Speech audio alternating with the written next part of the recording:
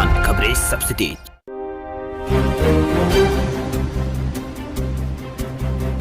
आज की ताजा खबरों के अपडेट में बात करेंगे आम आदमी के लिए राहत की खबर। राशन पाना होगा अब और आसान। सरकार ने लॉन्च किया है मेरा राशन ऐप। आखिर क्या कुछ सुविधा मिलने वाली है इस ऐप में, आपको बताएंगे पूरे डिटेल से। साथ ही यहाँ पर 1 अप्रैल से नहीं चलेंगे इन 7 बैंकों के पुराने चेकबुक और पासबुक और बदल जाएंगे इन बैंकों के IFSC कोड। आखिर कौन कौन से है ये बैंक, बताएंगे आपको इस अपडेट में। साथ ही यहाँ पर सरकार हुई सख्त, गाड़ी पर नेम प्लेट लगाने पर भी होगा भारी जुर्माना। आखिर कौन से राज्य में हुआ है नए नियम लागू, बताएंगे आपको इस अपडेट में। साथ ही अगर आप गूगल पे का इस्तेमाल करते हैं तो आपके लिए एक बहुत ही जरूरी खबर है। इसके अलावा अगर आपका खाता SBI बैंक में है तो आपके लिए बहुत ही जरूरी अपडेट यहाँ पर आ रहा है सामने। इसके अलावा यहाँ पर इंश्योरेंस पॉलिसी खरीदने वाले लोगों के लिए जरूरी खबर है। साथ ही व्हाट्सएप का इस्तेमाल करने वाले लोगों के लिए भी यहाँ पर एक बहुत बड़ा अपडेट यहाँ पर सामने आ रहा है। साथ ही आज की तमाम बड़ी और काम की खबरों की बात करेंगे इस अपडेट में। बात करते हैं आज की पहली बड़ी खबर की, तो राशन पाना होगा अब और आसान। सरकार ने लॉन्च कर दिया है मेरा राशन ऐप। इस ऐप के जरिए आपको मिलेगी कई तरह की सुविधाएं। देश भर में राशन पाना पहले से ज्यादा आसान होने वाला है। खाद्य एवं सार्वजनिक वितरण मंत्रालय ने one nation one ration card के तहत यहाँ पर आज मेरा राशन कार्ड नाम से एक यहाँ पर ऐप लॉन्च किया है। इसके तहत one nation one ration card के तहत जितने भी लाभार्थी हैं उनको इस ऐप का फायदा मिलेगा। देश में 36 राज्यों और केंद्र शासित प्रदेशों में से 32 राज्यों में one nation one ration card योजना लागू है। इस स्कीम के तहत देश भर की 86% आबादी इस स्कीम के दायरे में आती है। वही स्कीम के तहत यहाँ पर 23.26 यानी 23 करोड़ 26 लाख के आसपास यहाँ पर अभ्यर्थी स्कीम का पहले ही फायदा ले चुके हैं। इसमें 4 राज्यों जिसमें असम, पश्चिम बंगाल और छत्तीसगढ़ और दिल्ली के लाभार्थियों को इसका फायदा नहीं मिल रहा है।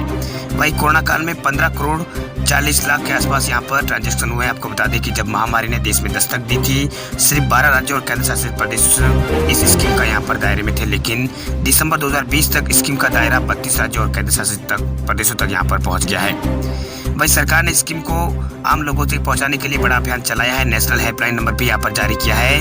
आप मेरा राशन ऐप से कई तरह के फायदे ले सकते हैं। इसके तहत आपको कई तरह की सुविधाएं मिलेगी।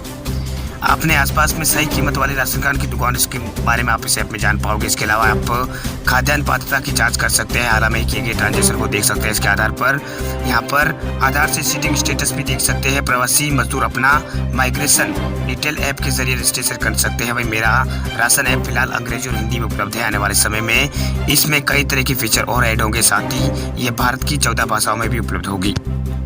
चलिए बात करते हैं अगली बड़ी खबर की, तो यहाँ पर व्हाट्सएप चलाने वाले लोगों के लिए खुशखबरी। जल्दी व्हाट्सएप पर आप देख सकेंगे इंस्टाग्राम रील्स के वीडियो। फेसबुक ने शुरू की है टेस्टिंग। दुनिया भर के व्हाट्सएप यूजर्स के लिए एक अच्छी खबर आ रही है। आने वाले समय में व्हाट्सएप में उन्हें एक खास यहाँ पर टैब दिखाई देगा, जिस पर व्हाट्सएप यूजर्स को इंस्टाग्राम रील्स के शॉर्ट वीडियो दिखाई देंगे। एक रिपोर्ट में पता चला है कि फेसबुक ने व्हाट्सएप में एक यहाँ पर डेडिकेट इंस्टाग्राम रील्स टैब की टेस्टिंग यहाँ पर शुरू कर दिया। आने वाले समय में जो कुछ भी डेवलपमेंट होगा वो पता चल जाएगा और इस साल लोगों को व्हाट्सएप में ये खास फीचर देखने को मिलेगा। वही व्हाट्सएप और इंस्टाग्राम फेसबुक की स्वामित्व वाली कंपनी है। हालांकि वर्षों में सभी सोशल मीडिया प्लेटफॉर्म में इंटीग्रेशन प्रोसेस पर जोर दिया जा रहा है, जहां किसी बड़ी कंपनी के हर एक प्लेटफॉर्म एक दूसरे से अच्छे फीचर यहाँ पर दिखे और इसे लोगों की पॉपुलैरिटी बढ़ाने के लिए यहाँ पर पॉपुलैरिटी लोगों में बढ़ाने के साथ ही ज़्यादा पहुँच को सुनिश्चित हो। वही व्हाट्सएप से बीते कुछ महीनों के दौरान कई फीचर जुड़े हैं। अब फेसबुक इस कोशिश में है कि व्हाट्सएप को एक खास यहाँ पर टैब हो, जिस पर यूजर्स इंस्टाग्राम रील्स के जो शॉर्ट वीडियो होते हैं वो देख सकते हैं। हो सकता है कि इसमें रील्स बनाने की सुविधा भी दी जा सकती है। आने वाले समय में इसकी डिटेल और जानकारी जल्द ही यहाँ पर सामने आने वाली है। चलिए बात करते हैं अगली बड़ी खबर की, तो आम आदमी को एक और झटका, महंगी होगी इंश्योरेंस पॉलिसी। अप्रैल से बढ़ सकता है प्रीमियम। आम आदमी को बढ़ती महंगाई से राहत मिलने के आसार आगे भी नजर नहीं आ रहे हैं। जहां एक तरफ पेट्रोल और डीजल के बढ़ते दामों ने जनता को परेशान किया हुआ है, वहीं टीवी एसी फ्रिज महंगे होने की खबर ने एक झटका दे दिया है महंगाई की। ये झटका अभी बरकरार है। फिलहाल राहत की उम्मीद आगे भी नहीं दिख रही है। अब खबर यह है कि इंश्योरेंस प्लान भी महंगा होने वाला है। जी हाँ, अब इंश्योरेंस प्रीमियम भी महंगा यहाँ पर होने जा रहा है। अगर आप इंश्योरेंस पॉलिसी खरीदने की तैयारी कर रहे हैं तो आपको अगले माह से अधिक यहाँ पर पैसे चुकाने पड़ सकते हैं। बीमा कंपनियां 1 अप्रैल से टर्म्स इंश्योरेंस प्रीमियम महंगा करने की तैयारी कर रही है। कई मीडिया रिपोर्ट के मुताबिक 1 अप्रैल से शुरू हो रहे नए वित्त वर्ष 2021-22 में टर्म इंश्योरेंस के दाम करीब यहाँ पर 10 से 15% तक बढ़ सकते हैं। दाम बढ़ने के पीछे बीमा कंपनियां कोरोना महामारी की मुख्य वजह यहाँ पर बीमा कंपनियों ने बताई है। चलिए बात करते हैं अगली बड़ी खबर की। तो होली पर घर जाने वाले लोगों के लिए खुशखबरी, मात्र 999 रुपए में करें हवाई सफर। आज से शुरू होगी बुकिंग। होली पर अगर आप घर जाने की प्लानिंग कर रहे हैं तो आपके लिए अच्छा मौका है। आप सस्ते में हवाई सफर करके घर जा सकते हैं। वही सरकारी एयरलाइंस कंपनी एयर इंडिया ने क्षेत्रीय सहायक एयरलाइंस कंपनी एयरलाइंस एयर ने अपने यात्रियों के लिए एक शानदार ऑफर यहाँ पर पेश किया है। इस ऑफर के तहत यात्री केवल 999 रुपए में हवाई सफर का यहाँ पर लुत्फ उठा सकते हैं। यहाँ पर एयरलाइंस एयर के इस ऑफर के तहत यहाँ पर 60,000 सीटों की बुकिंग हो सकेगी, जिसकी कीमत यहाँ पर 999 रुपए की है। वही ये फ्लाइट नॉन मेट्रो सिटीज के लिए है। कंपनी का ये ऑफर दिल्ली और जयपुर, प्रयागराज से हैदराबाद और यहाँ पर अहमदाबाद से कंडला और बेंगलोर से कोची से यहाँ पर कोझिकोड रूट्स के लिए है। वही एयरलाइंस एयर का ये सेल 2 दिन के लिए ओपन होगी। इसकी शुरुआत आज यहाँ पर 13 मार्च से होगी, 15 मार्च तक ये चलेगी। वही 13 से 15 मार्च के दौरान बुकिंग करने वाले यात्री 1 अप्रैल से 30 सितंबर के बीच यात्रा कर सकेंगे।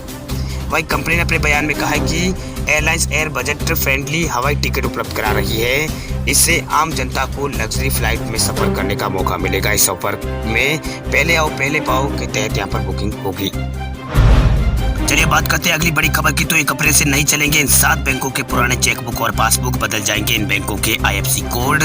केंद्र सरकार ने कई बैंकों का विलय कर दिया है। आने वाले कुछ दिनों में और भी बैंकों का विलय होने जा रहा है। बैंकों के बढ़ते NPA के बोझ के कारण केंद्र सरकार ने बैंकों का विलय का फैसला लिया है। स्टेट बैंक ऑफ इंडिया में 6 सरकारी बैंकों का विलय के साथ मर्जर की शुरुआत हुई है, जिसके बाद देना bank, Vijaya bank, Allahabad bank, corporation bank और आंध्रा बैंक और ओरिएंटल बैंक ऑफ कॉमर्स और यूनाइटेड बैंक आदि का विलय किया गया है। अब विलय के बाद इन बैंकों के चेकबुक और पासबुक और IFSC कोड आदि यहाँ पर बदलने वाले हैं। वहीं 1 अप्रैल 2021 से 7 सरकारी बैंकों के चेकबुक पासबुक में बदलाव होने जा रहा है। 1 अप्रैल से इन बैंकों के पुराने चेकबुक और पासबुक काम नहीं करेंगे। बैंकों के IFSC कोड भी बदल जाएंगे। इन बैंकों के पुराने चेकबुक इनवैलिड हो जाएंगे। ऐसे में 31 मार्च 2021 से पहले इन ग्राहकों को यहाँ पर जो भी इन बैंकों का आपके पास अगर खाता है, जो हमने पहले अभी बैंकों का नाम बताया था, तो इनका अपना वो मतलब चेकबुक और ये नया IFSC कोड बैंक से जाकर प्राप्त कर लें।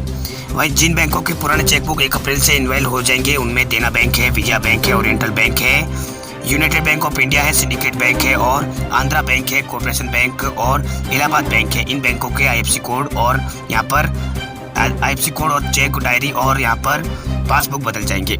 वहीं इन बैंकों के विलय के बाद 31 मार्च के बाद इनके पुराने चेकबुक नहीं चलेंगे।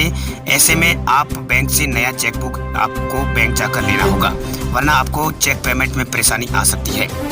आज के डिजिटल समय में अधिकांश लोग ऑनलाइन बैंकिंग का इस्तेमाल करते हैं। चेकबुक पर भी आपके खाते का IFSC कोड और MICR कोड छपा होता है। बिना इन कोड के आप ऑनलाइन ट्रांजेक्शन नहीं कर सकते हैं। नए चेकबुक में आपका नया IFSC कोड दर्ज होगा। वही 31 मार्च 2021 तक चलेगा पुराना चेकबुक। पंजाब नेशनल बैंक में ओरिएंटल बैंक ऑफ कॉमर्स और यूनाइटेड बैंक का यहाँ पर विलय हुआ है। इसके पुराने चेकबुक 31 मार्च तक वैध है। वही देना और विजया बैंक का बैंक ऑफ बड़ौदा का हिस्सा है। इनको बैंक ऑफ बड़ौदा में इनका विलय कर दिया गया था। ये भी 31 मार्च तक इनके जो कार्ड वगैरह होते हैं, पासबुक वगैरह, वो यहाँ पर 31 मार्च तक वैलिड है। वही सिंडिकेट बैंक का केनरा बैंक में विलय हुआ है। इसके चेकबुक 30 जून 2021 तक वैध है। जबकि आंध्रा बैंक और कॉर्पोरेशन बैंक, जिनका यूनियन बैंक ऑफ इंडिया में विलय हुआ है, इसके भी चेकबुक 31 मार्च तक वैध है। जबकि इलाहाबाद बैंक, जो अभी इंडियन बैंक में मर्ज हो चुका है, इसका चेकबुक भी यहाँ पर 1 अप्रैल 2021 से बदल जाएगा।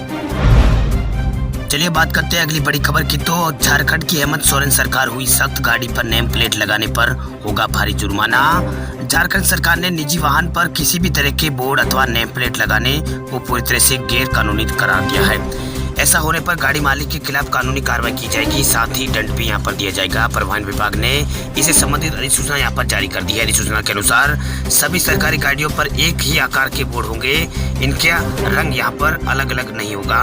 वही झारखंड सरकार के परिवहन विभाग ने गाड़ियों के आगे आर्मी, प्रेस और पुलिस और प्रशासन जैसे बोर्ड लगाने की पूरी तरह से यहाँ पर प्रतिबंधित किया है। वाहन के शीशे के भीतर भी किसी तरह का कोई बोर्ड या फिर पट्टी या फिर किसी भी शब्द का उल्लेख यहाँ पर नहीं किया जाने का आदेश यहाँ पर झारखंड सरकार ने जारी किया है।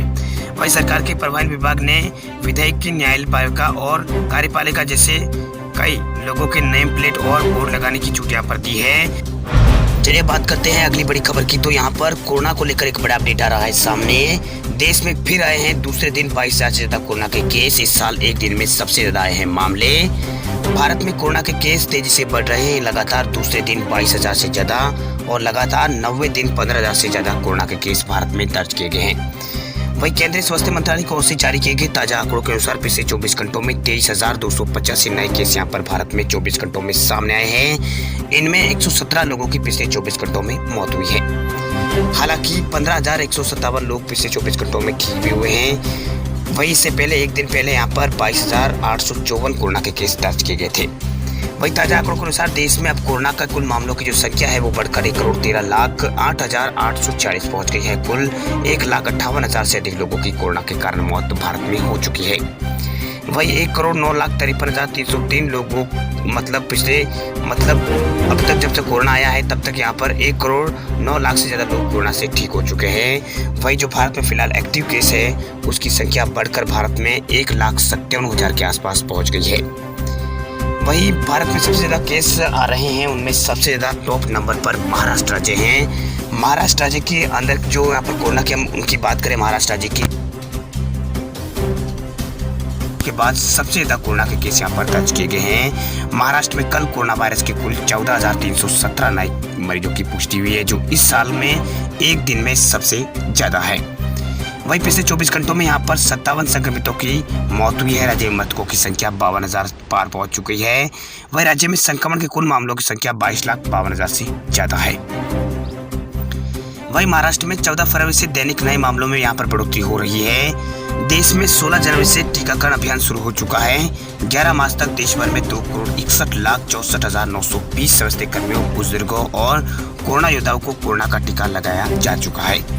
वहीं बीते यहाँ पर 24 घंटों में 4,80,000 के आसपास लोगों को कोरोना का टीका लगाया गया है। वैक्सीन की दूसरी खुराक देने का अभियान भी भारत में 13 फरवरी से शुरू हो चुका है।